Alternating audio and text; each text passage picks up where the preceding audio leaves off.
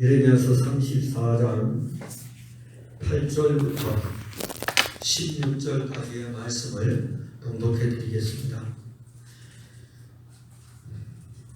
시드기야 왕이 예루살렘에 있는 모든 백성과 한 가지로 하나님 앞에서 계약을 맺고 자유를 선포한 후에 여호와께로부터 말씀이 예레미야에게 임하니라.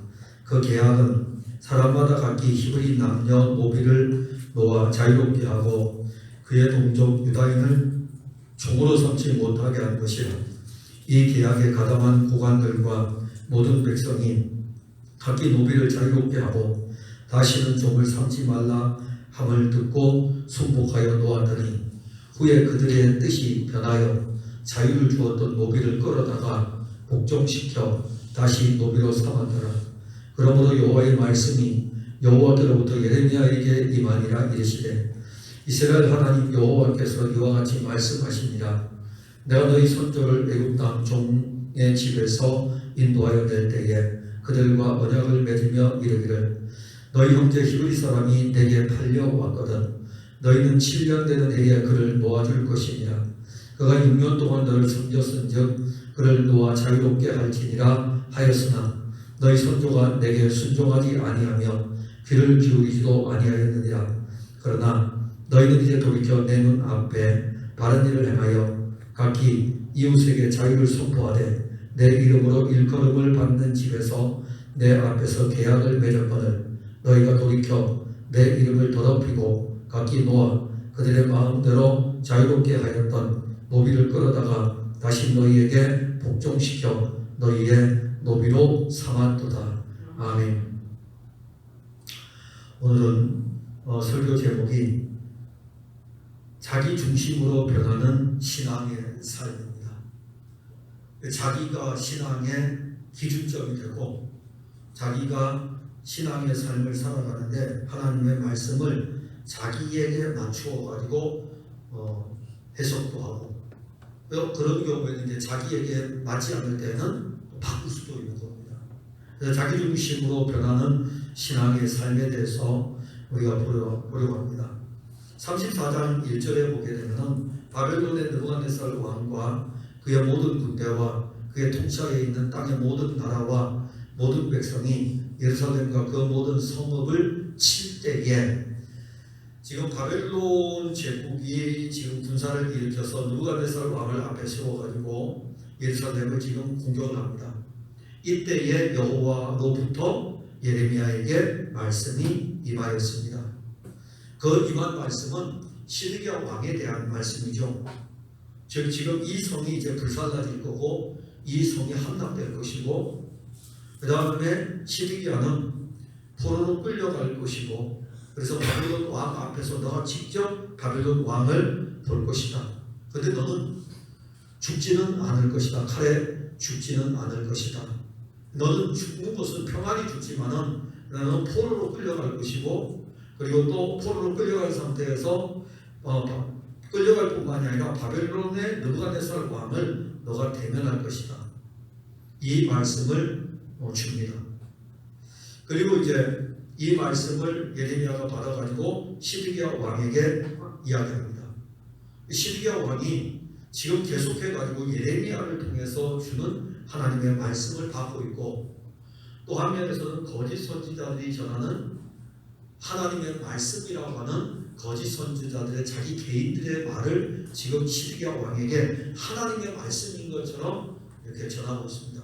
시드기야 왕은 두 개를 다 듣는 거예요. 예레미야 선지자로부터 전하여지는 하나님의 말씀도 듣고 있고 그 다음에 또 하나는 이 거짓 선지자들이 하나님의 말씀이라고 하는 명령 아래 전하여지는 또 사람의 이야기를 듣고 있습니다.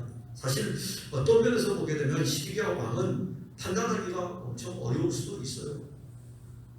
그런데 시드기야 왕은 거의 대부분은 거짓 선지자들의 이야기를 계속 관심을 두고 거기에 끌려갑니다.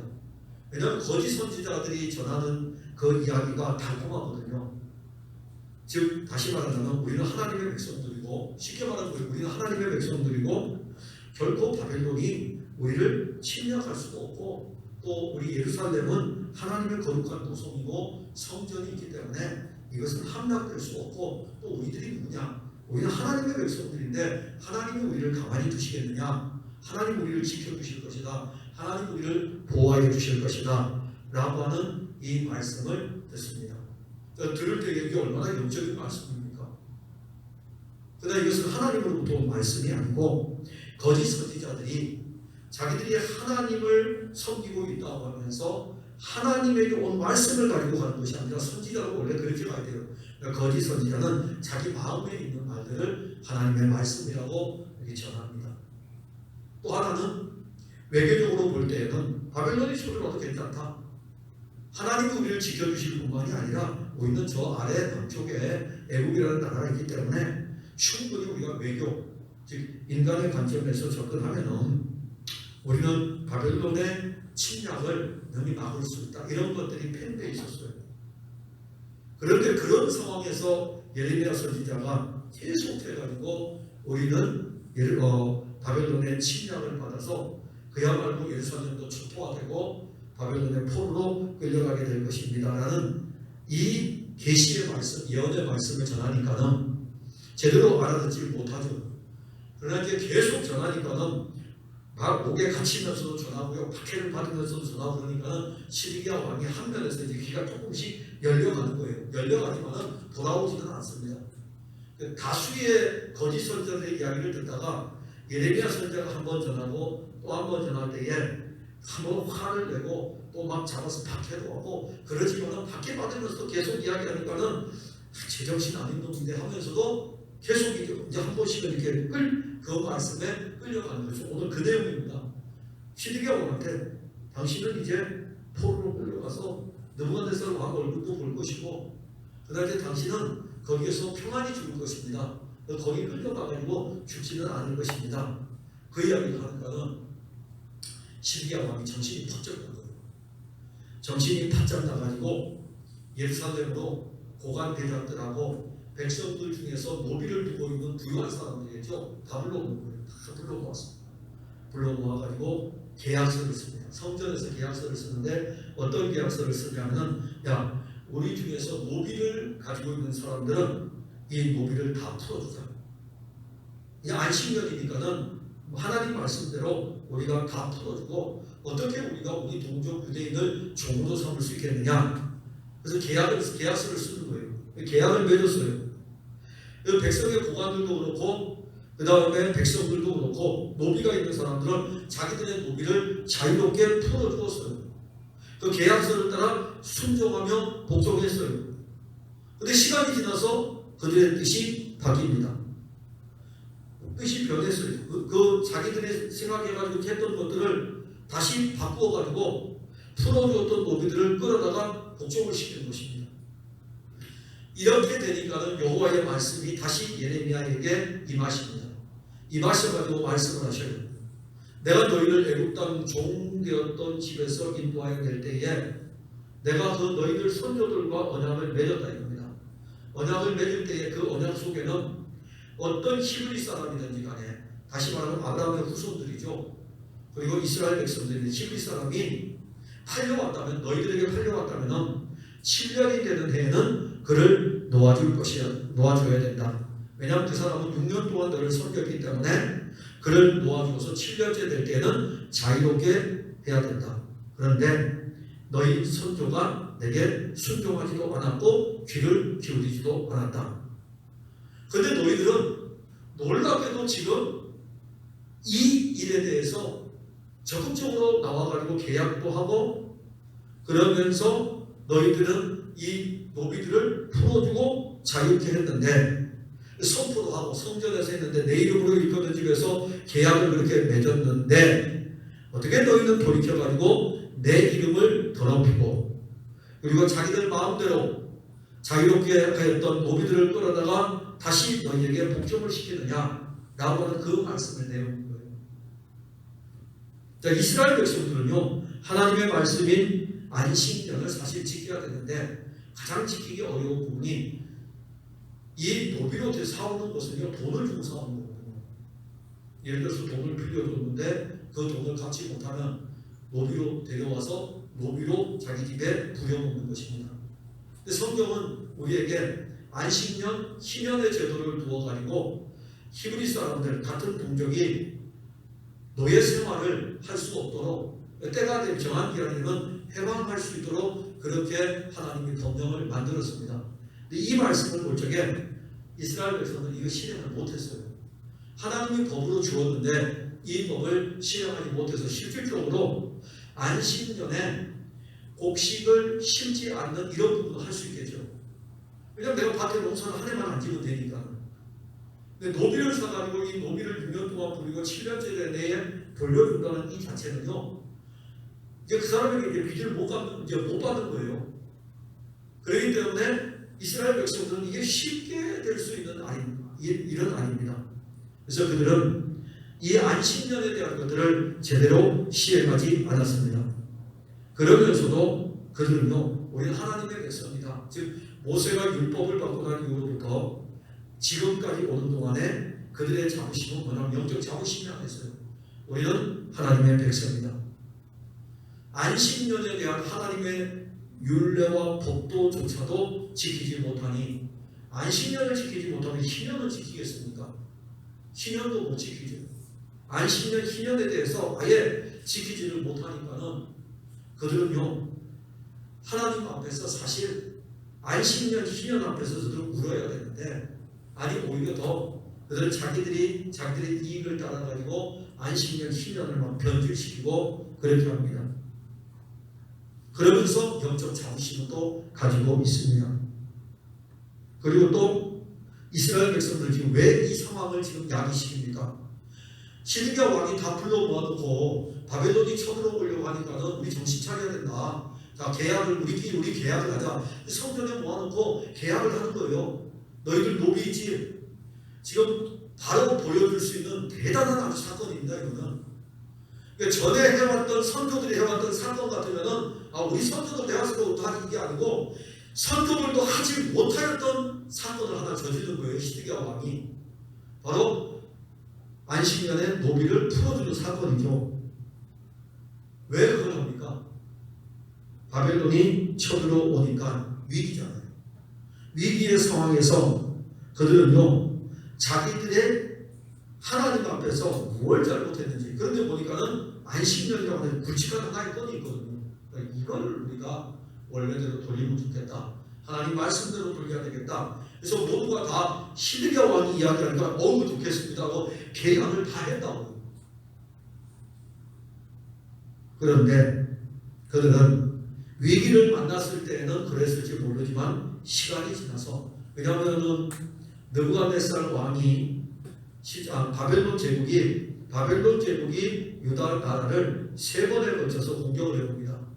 그렇기 때문에 이들은요, 한 번 공격오고 2번 공격오고 막 이런 상황 속에서 위기만 지나가면은 이들은 그냥 다 잊어버려요. 이미 그들은 히스기야 왕 때에 아수리의 침략을 통해서도 다 알 수 있고, 연거푸 가지고 아수르 침략하죠, 바벨론 침략하죠, 밑에서는 애굽이 호시탐탐 노리고 있죠. 그런 상황 속에서 실질적으로 그들은요, 위기 모면용으로서는 하나님께로 돌아가려고 하는 그런 모습은 있었어요. 그런데 위기가 지나가잖아요. 전쟁을 하는 것 같다가 또 물러가니까 아무것도 아니네. 괜히 우리가 겁먹었네. 그러면 어떻게 될까요? 다시 원위치 되는 거죠. 예전에 타락한 본성으로 또 돌아가는 것입니다. 그래서 우리가 이 말씀을 통해서 하나는 우리가 이 이스라엘 백성들을, 유다 백성들을 보게 되면 우리의 모습이 똑같은 타락의 본성을 그대로 가지고 있습니다. 다시 말한다면 우리는 예수를 믿으면서도 자기가 중심이 되어가지고 움직이죠. 자기가 중심이에요. 예수님이 중심이 되는 것이 아니고 내가 중심이 되어가지고 신앙생활이 내가 원하는 대로 움직이는 것입니다. 그래서 위기를 만나게 되면 우리가 주님께로 나온 것 같다가도 금방 이 위기가 벗어나게 되면 다시 예전으로 돌아가고, 이게 우리에게서 늘 계속됩니다. 이게 자기중심의 신앙이라고 하는 것은 하나님의 약속을 신뢰하지 못하는 변질된 신앙이에요. 지금 이 변질된 이 모습을 보이는 유다 백성들에게 여호와께서 예레미야를 통해서 말씀하시는 것은 무슨 말씀입니까? 내가 너희들하고 언약을 맺었다는 것을 이야기합니다. 그러면서 그 언약을 말씀하는 것은 내가 한 번도 너희를 버린 적이 있느냐 그런 내용이에요. 너희들은 지금 손바닥 뒤집듯이 곧바로 이렇게 뒤집어 버리는 계약을 내 성전에서 계약을 맺고 난 다음에 손바닥 뒤집듯이 뒤집는데 너희들이 지금 모습을 보면서 그런 것들을 다 드러내고 있는데 근데 그게 이제 우리의 모습이라는 거죠. 그런데 신앙이 좋은 것 같다가도 어떤 때는 죽도록 충성한다고 했다가도 또 조금 지나고 나면 또 확 돌아서 가지고 바뀌는 모습. 근데 그게 우리 신앙의 중심이에요. 그게 우리 신앙이 잘하는 것으로 생각하고 있다고. 많은 그리스도인들이 예수님이 중심이 된 신앙이 아니고 자기가 중심이 된 신앙을 가지고 예수님을 바라보는 거예요. 하나님의 약속을 보아야 되는데 하나님의 약속이신 하나님의 아들 그리스도가 우리 가운데 실제가 되셔가지고 그가 우리의 신앙의 중심이 되는 것을 우리가 보아야 되는데 그 자리에 우리가 있는 거예요. 그러니까 예수님을 믿는데 예수님이 신앙의 중심에 있는 것이 아니라 예수님을 믿는 것 같은데 우리가 그 중심에 있다는 거예요. 그러니까 우리가 중심에 있고 예수님은 우리의 중심 밖으로 나와 있어요. 필요하면 이분을 잡아가지고 중심에 딱 두는 거예요. 그러다가 자기의 욕구가 채워지면 이분을 또 밀어내는 거죠. 이게 자기 중심의 신앙이죠. 예수님 중심의 신앙은 하나님의 약속이신 그리스도를 믿는 믿음에 이 상황이 어떻게 변하든지 간에 변함이 없어야 돼요. 자, 그러면 곤고가 있을 때도 변함이 없어야 되고 기쁨이 있을 때도 변함이 없어야 되고 형통의 길을 갈 때도 변함이 없어야 되고 옥에 갇힐 때도 변함이 없어야 돼요. 어떤 상황에서도. 그게 바로 하나님의 약속이신 그리스도 중심의 신앙인 것입니다. 근데 오늘날 많은 그리스도인들, 아니 오늘 우리가 기도회에 참석해서 우리 자신을 볼 때에 우리의 모습은 중심에 내가 자리 잡고 있고 그렇게 신앙생활합니다. 하나님은 오늘 언약에 대한 부분을 마지막으로 말씀하시면서 하나님이 중심이 되어야 된다. 하나님의 약속이신 그리스도가 중심이 되어야 되고 그래야만이 이 중심이신 그리스도 하나님이 그의 아들 그리스도를 통해서 우리와 맺은 언약이 변함이 없습니다. 변함이 없기 때문에 우리에게 이분을 중심에 두라고 하시는 거예요. 하도 잘 변하는 우리를 중심에 두게 되면 우리 신앙도 막 변질되고 바뀌어버리지만 주님이 중심이 됐을 때는 계약이 파기가 안 됩니다. 그 내용이죠. 너희들이 맺었던 계약은 너희들이 순간 탁 바꿔가지고 노비를 풀어줬다가 노비를 또 데려오지 않느냐. 바꿔 말하는 내가 만약에 너희들처럼 그렇게 계약을 파기해버리면 내가 너희들을 버릴 수도 있고 너희들 지금 내배처리라고 그러는데 내가 너희들을 이렇게 하고 탁 버려버리면 너희들은 어떻게 할 거냐. 근데 하나님은 안 그렇다는 것입니다. 그게 우리에게는 은혜인 것이죠. 우리는 우리 중심으로 변질되어져 가는 우리의 신앙의 모습을 좀 보아야 됩니다. 그러니까 은혜를 많이 입는 것은 어떤 거냐면 내 중심으로 변질된 신앙으로 살아가는 것이 아니고 하나님이신 하나님의 아들 그리스도를 중심으로 해가지고 내가 그를 바라보며 그를 신뢰하고 그를 의지하고 그에게 맡기고 그와 함께 걸어가는 신앙이 최고의 신앙입니다. 그게 바로 행복한 것이고 그게 기쁜 것이고 그게 생명이고 그게 능력인 것입니다. 그래서 오늘 우리가 이 말씀을 생각하면서 먼저 기도할 것은 하나님 우리의 원래 타락한 본성 자체가 우리가 중심이 되어서 계속 움직입니다. 그래서 어떤 위기를 만나게 되면 하나님께로 따라가려고 하다가 다시 평안이 오면은 예전의 모습으로 또 돌아옵니다. 우리가 이렇게 변질되는 것을 주님 불쌍히 여기시고 변하지 아니하는 하나님의 약속을 신뢰하고 그리스도를 붙드는 믿음을 달라고 기도해 주시고 그리고 우리의 변질된 신앙 그 변질된 신앙을 우리가 보면서 하나님 이 변질된 신앙을 다시 회복시켜 주시기를 원합니다. 변질된 신앙이 살아나야 되고 변질된 신앙이 회복될 가지고 우리 신앙의 중심에 그리스도가 계시기를 원합니다. 이 두 가지를 가지고 말씀을과 연결하여서 우리 한번 다 같이 기도하도록 하겠습니다. 기도하겠습니다.